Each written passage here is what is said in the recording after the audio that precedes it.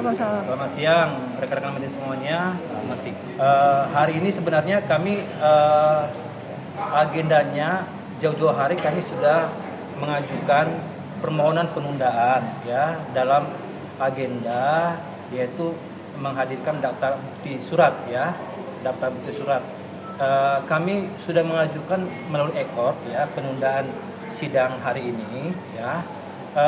Kenapa? Karena alat bukti, daftar bukti yang kami hadirkan selaku penggugat dalam perkara nomor 1000 itu cukup banyak ya.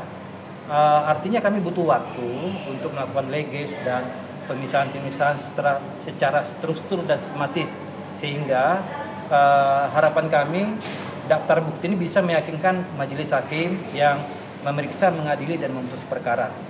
Begitu. Kayaknya seperti ada miskomunikasi antara pihak sebelah ya, karena mereka hadir cepat mungkin hari ini, sedangkan pihak lain sendiri. Iya, bisa jadi. Kalau mereka sebenarnya ini melihat di e-court itu ya, itu kan jelas ya. Kami jauh-jauh hari sudah mengajukan namanya penundaan ya, permohonan penundaan persidangan hari ini. Nah, walaupun kami sudah mengajukan permohonan penundaan jauh-jauh hari, tapi sebenarnya kami hari ini hadir untuk menyampaikan replik kami.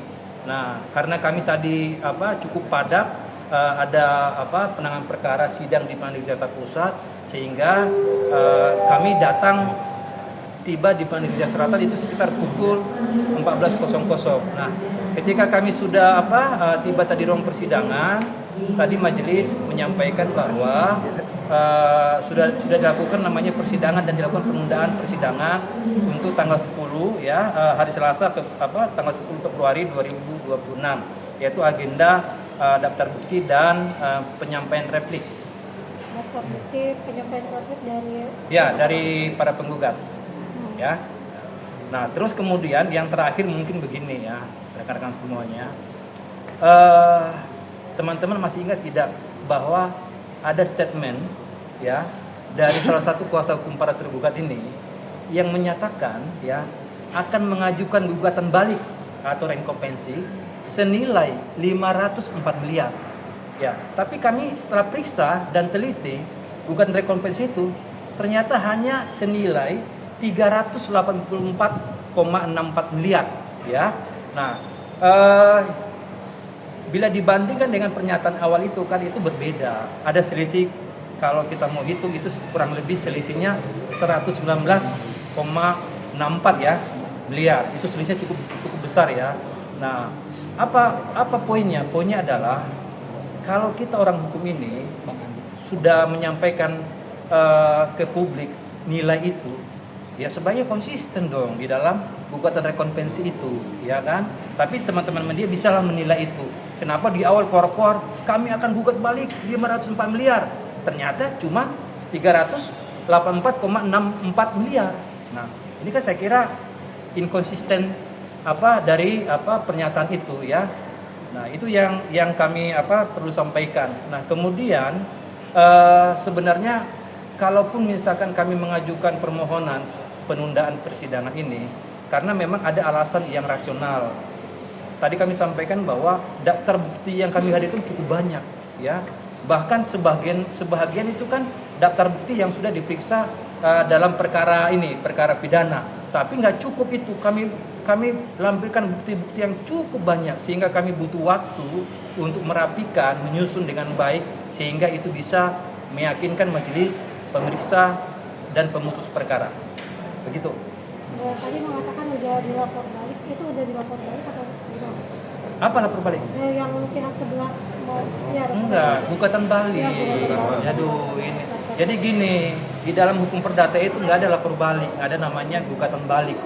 Bahasa ininya namanya rekompensi ya. Jadi ketika kita mengajukan gugatan, terus kemudian mereka membuat jawaban ya, terus kemudian eksepsi sekaligus gugatan balik namanya rekompensi. Nah, di dalam gugatan balik itu tadi kan saya sudah sebut nilainya ya. Semula kan kor-kor disampaikan 504 miliar, benar tidak? Teman-teman kan sudah tahu itu. Tapi faktanya bukan segitu. Nilainya itu 384,64 miliar ya. Jadi kalau misalkan 504 miliar dikurangi 384,64 miliar berapa? 119, hah? Berapa? 119,64 banyak 119,36 miliar selisihnya. Ini kan cukup besar. Nah, gimana ini hitung-hitungan mereka ini ya? Tapi nggak apa-apa lah. Teman-teman media, masyarakat umum bisa menilai itu bahwa ada tidak presisi antara perkataan dengan tindakan gitu. Nah, tapi walaupun begitu ya saya kira kita nanti masuk dalam pembuktian itu kita akan buktikan bukti surat dan tahapan-tahapan berikutnya. Begitu ya teman-teman semua ya. Oke. Cukup ya? Berarti Bang tanggal 10 pagi lagi atau siang? Ya, jadi sure aja. Minta begini disiplin teman-teman. waktu Ya, kan ya, Bang? ya sebenarnya kan perkara kami cukup banyak. Jadi kalau dibilang kami suka pansus enggak juga. Kami ini banyak klien kami ya. Kami banyak juga kegiatan tapi memang kan kita tidak bisa prediksi itu kemacetan jalan Jakarta ya. Beda mungkin di daerah ya masih tidak separah macet di ibu kota apalagi ada galian-galian. Tapi sebisa mungkin ya kami akan hadir ya minimal sesudah jam makan siang ya. Sudah makan siang ya. Begitu teman-teman ya. Cukup ya. Oke, siap. Ada Terima kabar kasih. dari Kak Niki nggak kabar? Oh iya, jadi Nikita Mirzani itu tetap sehat walafiat, riang, kami selaku kuasa hukum optimis ya, upaya hukum dalam bentuk kasasi kan kami sudah lakukan ya, dan semua argumentasi hukum yang kami tuangkan dalam memori kasasi kami itu dan kontra memori kasasi kami itu meyakinkan kami ya, insya Allah Nikita Mirzani bebas, oke? Itu ya, cukup ya. Mungkin apa Bang yang bisa bikin optimis? Oh iya, jadi kan dalam upaya kasasi itu kan penerapan hukum yang diperiksa, ya kan? Jadi ada pertimbangan-pertimbangan majelis hakim di tingkat pengadilan tingkat tinggi itu yang saya kira itu tidak tepat. Nah, dan oleh karena itu kami membangun argumentasi hukum bagaimana bahwa majelis hakim yang mulia di Mahkamah Agung ini bisa mengoreksi itu dan membebaskan Nikita Mirzani ya. Finalnya mungkin kapan? Finalnya mungkin kapan? Tanggal berapa? Tunggu aja karena memang kan ini perkara ini kan menjadi sorotan publik ya. Saya kira pastinya lebih cepat daripada perkara biasanya umumnya ya.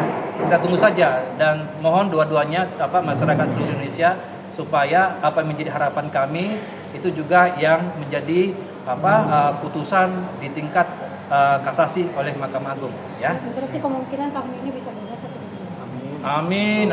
Insya Allah ya. Amin. Cukup ya. Oke. Terima kasih. Yuk.